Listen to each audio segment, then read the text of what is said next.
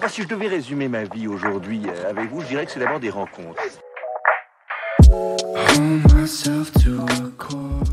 Aujourd'hui, nous avons la chance de recevoir un comédien de talent qui fait bien sûr partie de nos rêves et à qui nous épargnerons la fameuse question: comment devient-on comédien de doublage? Et oui, parce qu'avant d'être comédien de doublage, il faut déjà être comédien, tout court, et ce n'est pas notre invité qui dira le contraire.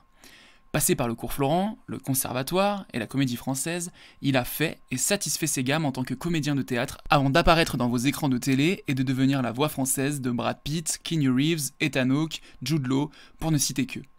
Autant dire que si vous ne l'avez pas vu, vous l'avez déjà forcément entendu. Bonjour Jean-Pierre Michael. Bonjour. Merci beaucoup de vous être rendu disponible.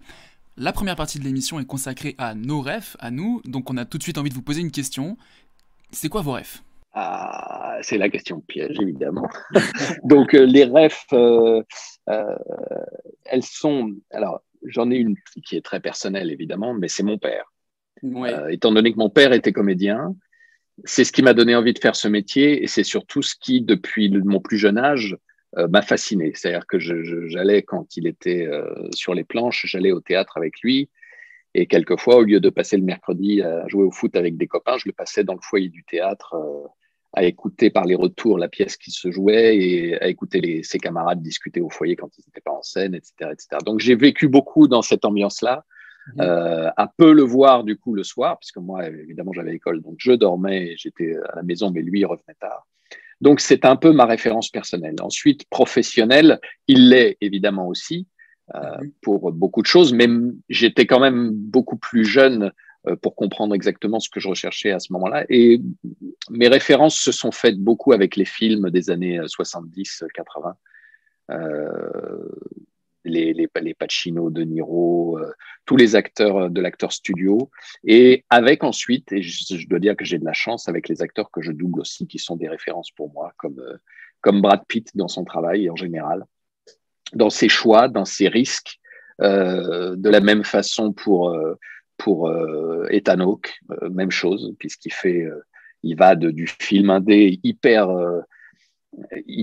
confidentiel au blockbuster d'action, il va partout comme ça, et donc voilà, ce sont des gens qui circulent, qui aiment leur art avant tout et qui essayent de l'exercer un petit peu partout, sous toutes ses formes, et ça, ce sont mes rêves aujourd'hui, hier et demain. Et du coup, votre père vous a fait aimer le théâtre ou vous a donné l'envie de faire du théâtre? Parce que c'est pas forcément la même chose. Non, c'est vrai, mais déjà, il me l'a fait découvrir, parce qu'il y a beaucoup de mômes qui vont pas au théâtre, qui connaissent le théâtre par, évidemment, le théâtre de ce qu'on appelle le théâtre scolaire, ou les trucs qu'on voit pendant l'école, où on vous emmène voir un truc qui, en général, n'est pas très bon, et qui a un Molière de base ou un truc comme ça.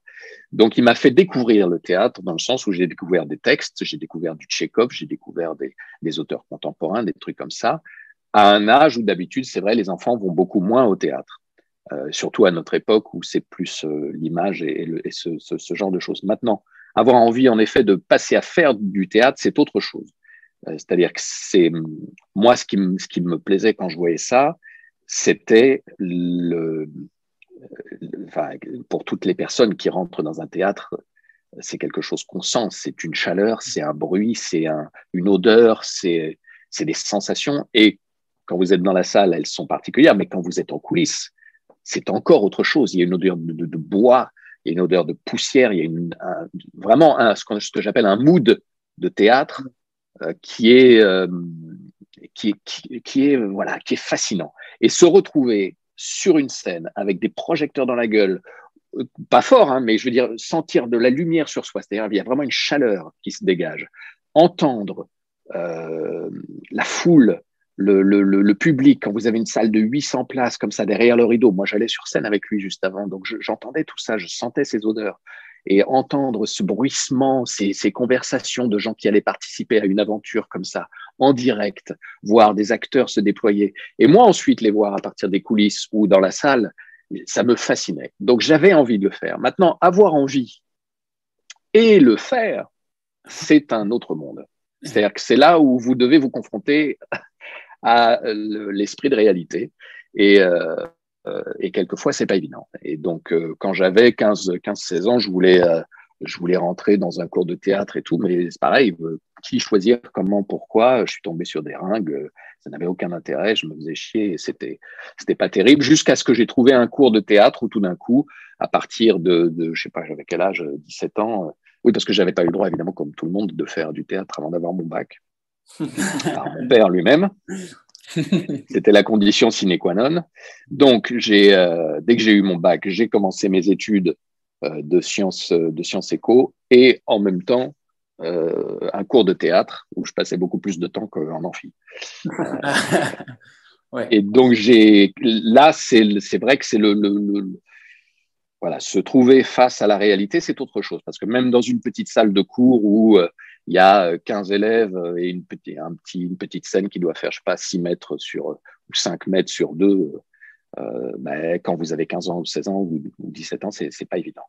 Et passer ce trac, moi qui suis en plus quelqu'un d'extrêmement timide, et j'ai toujours été très réservé, très timide parce que je n'osais pas, tout d'un coup, je me retrouvais face à ma plus grande peur et à ma plus grande violence.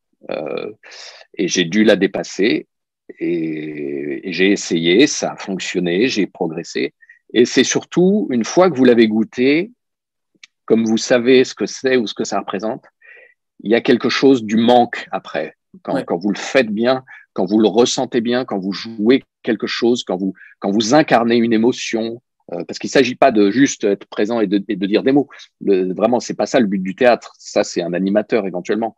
Mais être comédien, c'est vraiment incarner, dans le sens ressentir, vivre à travers soi-même une émotion, à travers un texte, un rapport à l'autre, etc., etc. Et ça, quand vous le vivez, quand vous le vivez pleinement et quand vous sentez que vous êtes dans le juste, c'est-à-dire que ce que vous racontez, c'est pas du bullshit, mais que les gens y croient, que vous avez tout d'un coup un silence qui se fait de 15 à 800 personnes et que vous entendez une mouche voler et que tout le monde vous entend, vous écoute ou est attentif, et là, ça devient la chose la plus merveilleuse du monde. Et donc, ça devient une drogue. Et c'est la chose ensuite que vous essayez de développer au fur et à mesure le plus possible. J'ai eu cette chance. Oui, c'est sûr. Et je suppose que, comme tout drogué finalement, et d'autant plus dans la situation dans laquelle on est, le manque aujourd'hui doit être très intense pour vous. Ah ouais, mais c'est une vraie catastrophe parce que c'est vrai. Outre évidemment l'aspect économique des choses où les acteurs sont dans une situation catastrophique actuellement, mais j'ai des camarades comédiens qui n'ont pas remis les pieds sur scène depuis plus d'un an, aujourd'hui, et qui sont paumés, mais qui sont encore plus paumés par justement ce manque d'activité, de sensations, de rapports humains. Parce que au théâtre, on est au cœur de l'humain. On n'est pas dans le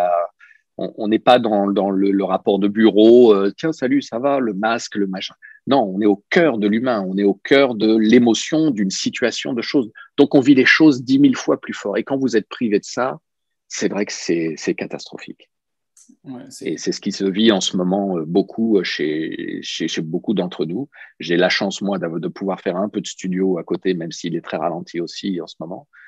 Donc, ça me permet de survivre, mais ça me manque aussi, quoi. J'attends la poussière avec impatience. C'est bizarre cette phrase, on parle de drogue juste avant. Ouais. Et du coup, une de votre autre sorte de drogue, c'est le doublage finalement. Ça fait un moment que vous y êtes, hein. On va bien évidemment vous faire cadeau du chiffre. Est-ce que vous ressentez une évolution dans la reconnaissance de ce milieu ? Très nettement, mais qui est venue petit à petit et avec l'apparition d'Internet. J'ai commencé au moment où je crois que ça devait être la naissance de CompuServe, des Bebop et tout ça, et que Internet n'existait pas à ce moment-là. Et c'est certain que les échanges, les réseaux, ce que vous faites, par exemple, c'est-à-dire vous intéresser aux choses que les autres ne connaissent pas ou n'ont pas la curiosité de découvrir, fait qu'aujourd'hui, notre métier est beaucoup plus mis en avant qu'avant. Il est aussi beaucoup plus fantasmé qu'avant, c'est-à-dire que maintenant, il y a des gens qui ne veulent pas être comédiens, ils veulent être doubleurs, ce qui ne veut rien dire. Ils oublient que c'est en effet une partie de notre métier, mais que ça n'est pas un métier. C'est une technique adaptée à notre métier. Mais encore une fois, notre métier, c'est avant tout sur les planches, dans la poussière, dans l'émotion et dans tout ça. Et ensuite, il faut le transposer. Vous le transposez en plus petit devant une caméra, vous le transposez en plus grande sur une scène de théâtre, vous le transposez statutairement dans la pub ou dans les trucs et vous le transposez sur place à vivre des choses folles à la barre dans le doublage. Mais c'est toujours le même métier. Et ça, il y a beaucoup de gens qui l'oublient parce qu'en effet, maintenant, il y a une sorte de reconnaissance des gens qui font du doublage parce que c'est vrai que c'est passionnant. Moi-même, quand j'étais môme, les voix m'ont toujours fasciné. Elles m'ont toujours accompagné, bercé. Et j'ai souvent, comme j'imagine vous-même, dans votre tête, vous sortez du cinoche et vous envoyez une réplique et vous vous dites ouais, je vais faire ceci, voilà. Et vous rejouez un truc et vous avez ces sentiments-là dans la tête. Et vous vous dites ma vie, elle est plus belle tout d'un coup.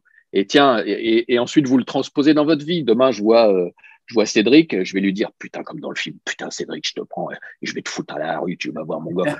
Et tout ça, c'est des fantasmes avec des voix de film, vous les avez parce que vous êtes dans une transposition de fiction, de plus grand que vous et de tout ça. Et donc les voix font partie de ça, elles sont la chose qui reste, l'émotion qui reste après, et elles sont hyper importantes. Et on le sent beaucoup chez les gens parce qu'on accompagne, les voix accompagnent, comme elles m'ont accompagné moi dans mon enfance, tout le monde du plus petit au plus grand, quoi. C'est-à-dire vous commencez avec des dessins animés, avec des films, vos premières émotions de cinéphile, et ces voix-là, elles vous ont pénétré sans même que vous vous en aperceviez, mais elles deviennent familières, elles deviennent un écho normal et quotidien. Et tout d'un coup, quand vous les réentendez ou quand vous les croisez, parce que moi, ça m'est arrivé évidemment la première fois où j'ai vu les pieds en studio, où je me suis retrouvé à la barre avec des voix comme celles que j'entendais dans mon enfance, comme celle de Marc Cassot ou de Géorgie ou de plein d'autres gens comme ça, de Michel Derain, de tous ces acteurs que j'entendais dans les années 70, 80, justement à travers tous les films que j'aimais. C'est bouleversant parce que c'est quelque chose tout d'un coup qui fait appel à mon âme d'enfant et qui est passionnant, quoi.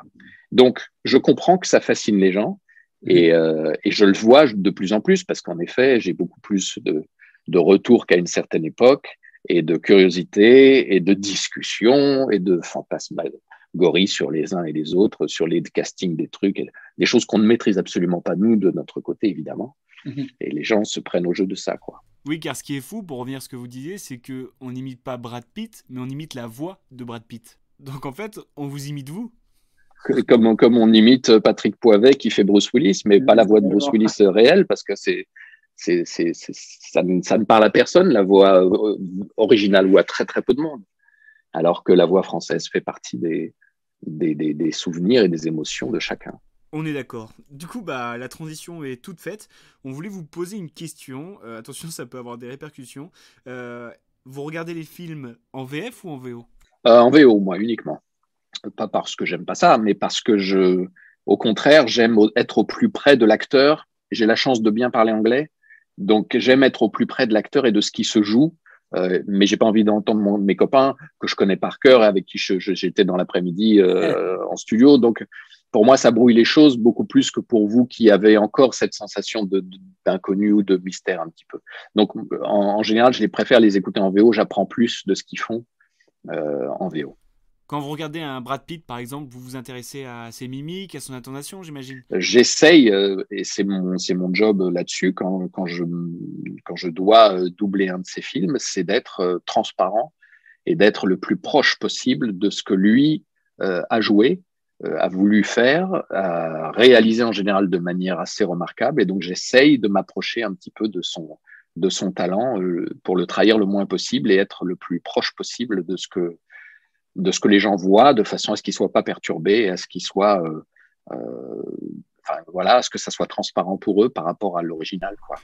Je trouve ça super intéressant ce que vous dites parce que, en tout cas, moi, c'est mon sentiment, c'est que dans le métier du doublage, il y a un seul instrument qui est prêté par le comédien, donc c'est la voix, donc il y a une sorte d'effacement de lui-même qui n'est peut-être pas forcément le cas sur une scène, en fait, puisque le comédien est entièrement présent, quoi. Bien sûr, mais encore une fois, un bon doublage ne s'entend pas. Si vous êtes gêné sur un film, si vous avez tout d'un coup, vous vous dites oh, c'est quoi cette voix, ou ça lui va pas, ou c'est que c'est pas un bon doublage.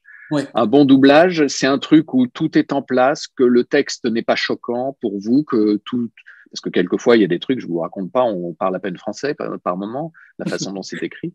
Ouais. Donc un truc fluide, bien joué, proche de ce que vous voyez à l'image, où vous vous dites pas oh là, il parle faux ou quoi que ce soit. Bref, un truc où vous ne vous apercevez de rien. Si vous vous apercevez de rien, si vous passez juste un bon moment devant un bon film, c'est que le doublage est réussi. Si vous avez des questions, des machins, ou si vous vous dites lui il est pas bon, pourquoi? Parce que c'est forcément un problème du doublage aussi. Ouais, je pense qu'on voit très bien, on est déjà tous tombés sur un mauvais doublage où on se disait mais qu'est-ce qu'il nous fait? En plus, vous avez doublé des pointures, on parle de Brad Pitt, Ethan Keanu Reeves, vous en avez doublé beaucoup, mais est-ce qu'il y en a un que vous aimeriez doubler et que vous n'avez pas fait? Que j'ai pas fait. Ouais, il y en a, oui, bien sûr. Oui. Il y a Robert Downey que j'aime bien, que j'aime beaucoup ce qu'il fait. Il fait un peu toujours la même chose, c'est son style, mais ouais, j'aimerais bien m'attaquer un peu à ces trucs. Mais Bernard le fait très bien, donc je lui laisse avec joie et bonheur. Alors du coup, prochaine question. Alors je sais que vous avez déjà répondu pour Brad Pitt que l'un de vos films préférés, en tout cas que vous avez préféré doubler avec Brad Pitt, c'était Rencontre avec Joe Black. Mais si on confond tous les films et qu'on prend ceux du Keanu Reeves, Jude Law, etc., est-ce que vous avez un souvenir comme ça qui vous revient, quelque chose qui vous a vraiment particulièrement marqué? Il y en a plein. Je me souviens, ça c'était le premier film que j'avais fait d'Itano, qui était Gattaca. Vous avez dû voir, ou en tout cas je vous le conseille, qui est quand même un film assez sublime. Pour 3 francs 6 sous, ils ont réussi à faire un film de science-fiction incroyable. Donc Gattaca, j'avais adoré ce personnage, j'avais adoré cette façon de filmer et tout. Les Matrix aussi, c'était fascinant pour moi. J'avais adoré me jeter là-dedans dans cet univers-là. Le Snatch de Brad Pitt aussi, que j'ai adoré parce que c'est tout d'un coup du grand n'importe quoi à faire pour essayer de retranscrire un texte qui n'existe pas. Ah oui. Et voilà, donc ça fait partie des films vraiment que j'ai aimé faire. Ouais. Il y en a plein hein, franchement, où je me suis régalé, même certains films d'action où j'ai grand plaisir à les doubler parce que c'est jouissif quoi, par moment de pouvoir ajouter quelque chose à un objet qui existe uniquement en anglais pour pouvoir le faire vivre pour nous.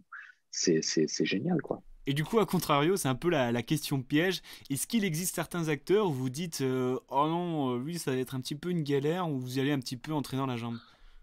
Ça arrive souvent. En général, c'est des mauvais acteurs.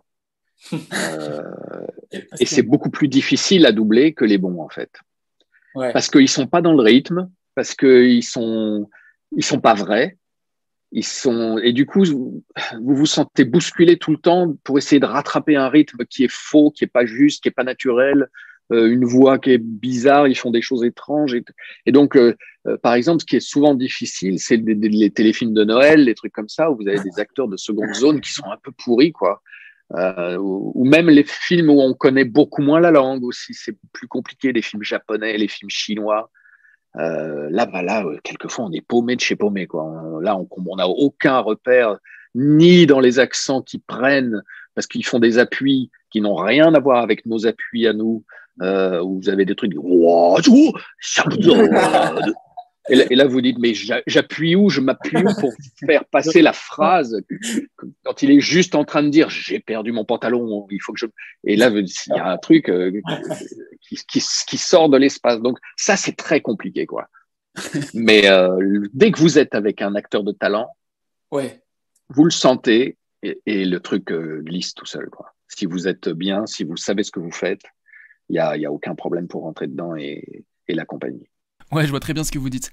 Mais alors, si on suit votre raisonnement, heureusement que vous n'aviez pas eu à vous doubler sur le film que vous avez fait pour Arte, où vous parliez grec ancien, parce que là, vous n'avez pas du tout les mêmes intonations. Ceci dit, je me double souvent. Dès que je tourne, en général, on a ce qu'on appelle de la post-synchro à faire. C'est-à-dire que quelquefois, le son n'est pas bon, donc on se redouble soi-même. Mais ça, pour le coup, en général, je me souviens à peu près de ce que j'ai fait, donc j'ai moins de problèmes. Oui. Et c'est pas le même exercice. Là, il faut vraiment être dans dans le mouvement exact et être raccord avec la partie qui reste en direct et tout ça. Donc, c'est pas le même exercice. Ouais. Mais je me suis jamais doublé, j'ai jamais tourné en fait, à part en grec ancien, j'ai jamais tourné une langue étrangère que j'aurais dû doubler après. J'aurais dit, mais tiens, ça aurait été un bon exercice pour voir. Alors, prochaine question, vous avez déjà un petit peu répondu au début, on va revenir un peu sur Brad Pitt. Est-ce que vous ressentez, vous, en tant que comédien de doublage de cet acteur, une certaine évolution dans ses choix, dans son jeu, pourquoi pas? Et est-ce que vous avez, par exemple, une certaine forme de pression supplémentaire, ou alors moins de pression par rapport au début? En tout cas, est-ce que vous ressentez quelque chose, en fait?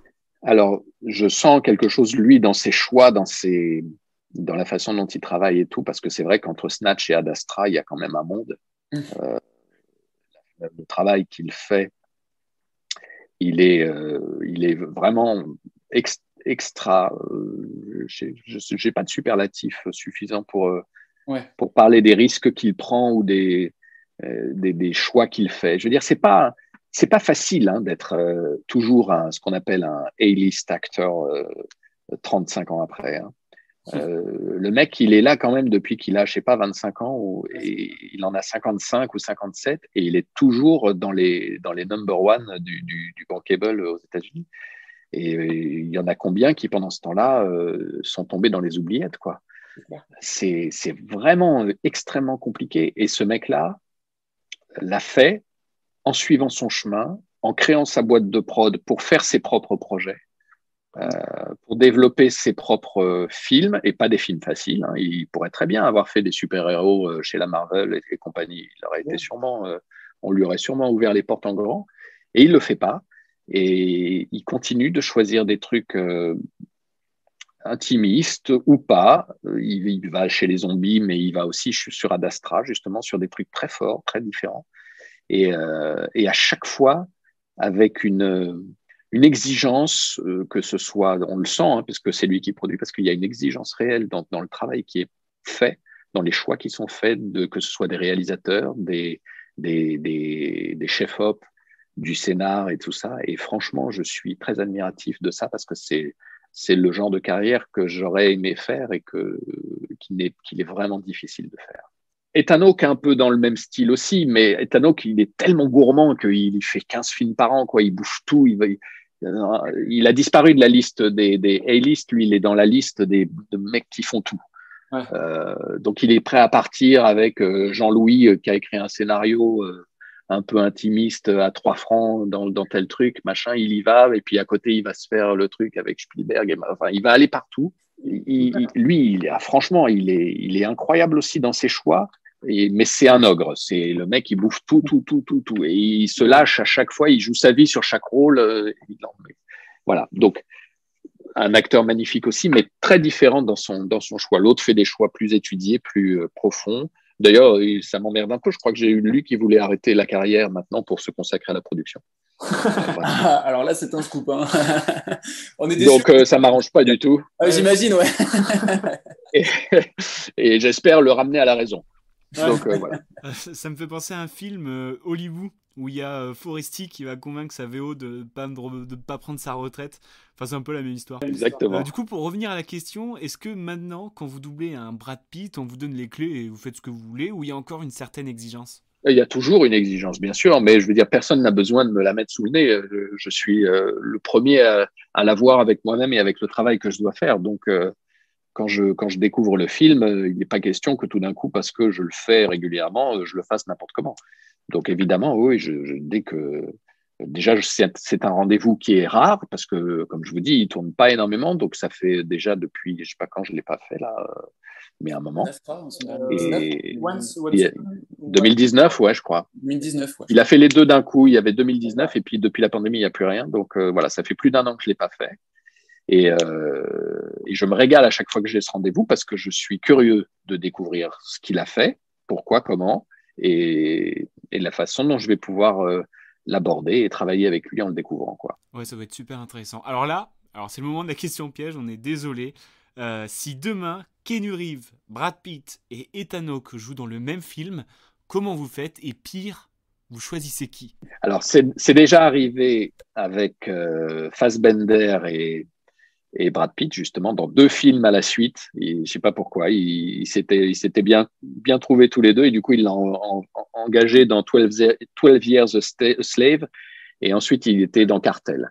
Et donc là, j'étais très emmerdé parce que je fais les deux normalement, mais je ne sais pas moi qui décide dans ces cas-là, c'est vraiment le distributeur qui dit bon ben tu restes avec Brad et puis on va donner Fassbender à quelqu'un d'autre. Et donc vous, dans la question, là, vous choisissez qui? Ah bah, si c'était vraiment mes acteurs principaux, là, c'est compliqué, quoi. Mais, oh là là. Mais ceci dit, je me demande si je ne demanderais pas à les faire aussi, quoi. Parce que, encore une fois, ils jouent pas de la même façon. Donc, ils n'ont pas le même rythme. Et moi, je ne travestis jamais ma voix quand je fais l'un ou l'autre, mais je suis par contre leur rythme le plus proche possible. Et je crois que ça serait pas idiot de les mettre avec la même, entre guillemets, voix, mais avec leur code, comme je le fais d'habitude, pour voir comment ça passerait.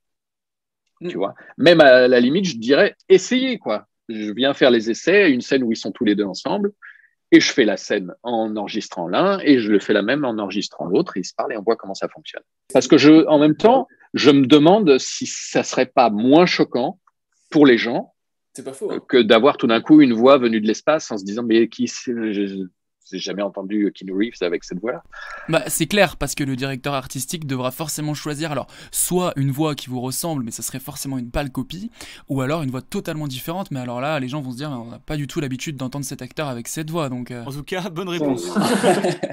On va voir. Peut-être que ça va arriver, hein. On est à l'abri de rien, donc on va voir. Et surtout que Michael Fassbender est encore un acteur jeune et qui a encore beaucoup de chances d'apparaître dans des films avec d'autres comédiens que vous doublez, comme Jude Law, Ethan Hawke, etc. Absolument. N'empêche, le casting de rêve, si toutes les personnes que vous avez doublées faisaient un film en même temps. C'est un casting cher. Hein. Ça, c'est clair. Ça vaut de la monnaie, ça. Un peu, ouais. Alors, avant-dernière question, petit récapitulatif. Vous avez été sur les planches, dans nos écrans, devant la caméra, derrière la caméra, dans nos jeux vidéo, derrière la barre. On peut dire que vous avez fini le jeu, non? Pas du tout, ça ne fait que commencer. Mais qu'est-ce qui vous manque alors? Il me manque toujours tout ça. J'ai fait ce métier justement pour pouvoir avoir accès à tout ça. J'ai horreur de me dire, tiens, je choisis ma vie et cette vie va être définitivement ceci ou cela et rien d'autre. Donc, j'ai fait ce métier de comédien, entre autres, pour pouvoir avoir accès à tous les métiers, même en les imitant, même en les jouant, le temps d'un film, d'une pièce, d'un truc.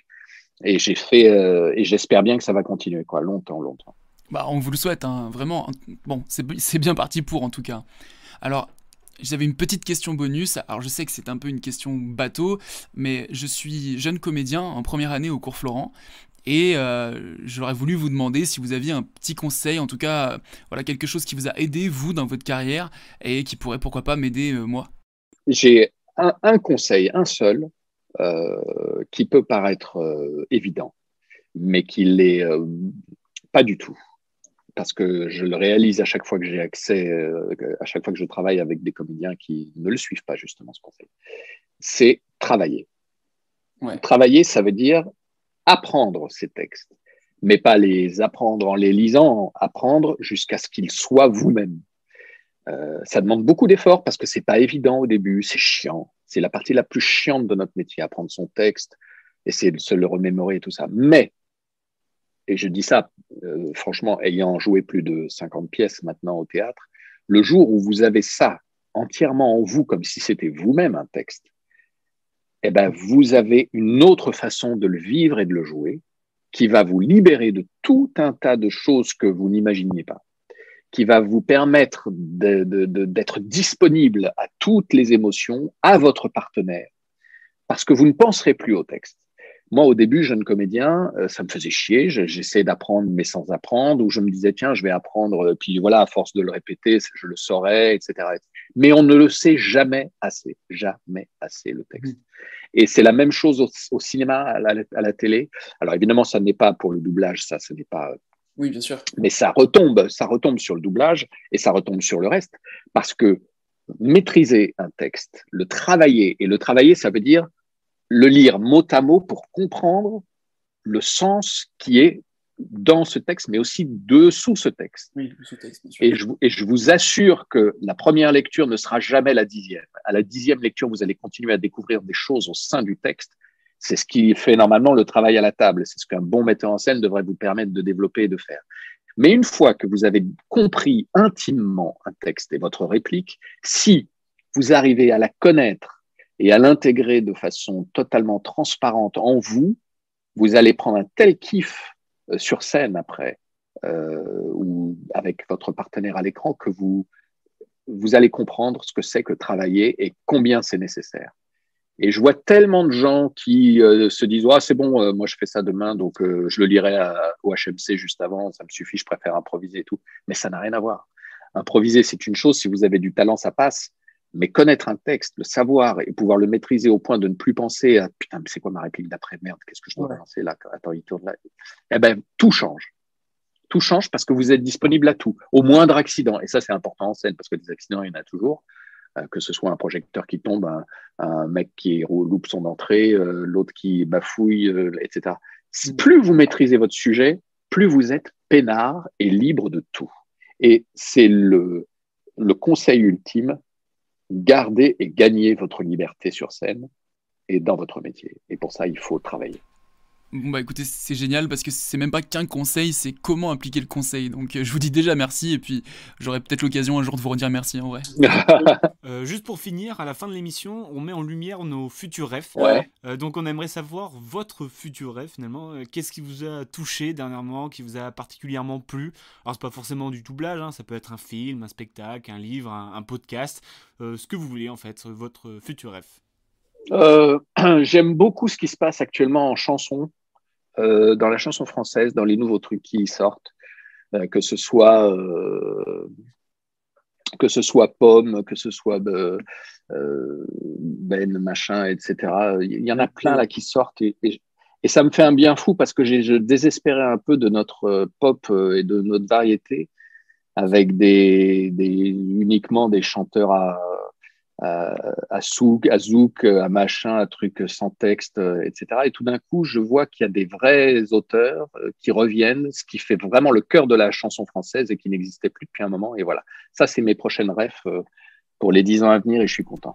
Bon bah c'est vraiment super. Et pour les 10 ans à venir, c'est quoi vos projets? Déjà les semaines à venir? Oui, quelles sont vos actualités? Alors, j'ai une actualité dont je ne peux absolument pas parler pour clause de confidentialité, c'est sur du doublage ou des trucs comme ça, donc je ne pourrais pas les partager avec vous malheureusement. Et pour le reste, j'attends avec impatience de savoir ce qui va se passer par exemple à Avignon cet été, est-ce qu'on va pouvoir y aller ou pas, parce que j'ai des projets de pièces là-bas et que j'aimerais bien aller y traîner mes guêtres, et voilà, mais j'ai peur que ça soit compliqué. Donc on va voir comment ça va se passer. Bon, et ben on va finir cette émission sur le manque d'un drogué. Finalement. Ouais, exactement. C'est un peu ça. Exactement. Et si vous avez un dealer, vous m'appelez. On en cherche tous, hein, vous savez. Bah ouais. Bon, en tout cas, on voulait vraiment vous remercier pour votre présence dans cette première émission de C'est quoi ta ref? C'est votre première là? Ouais, c'est notre toute première. Ah bah génial. Bah, je suis content alors. Ah, vous êtes notre parrain, que vous le vouliez ou non. Super. Bah c'est top, ça me fait très plaisir. Merci beaucoup, bonne journée. Merci à vous les garçons. Passez une bonne fin de journée.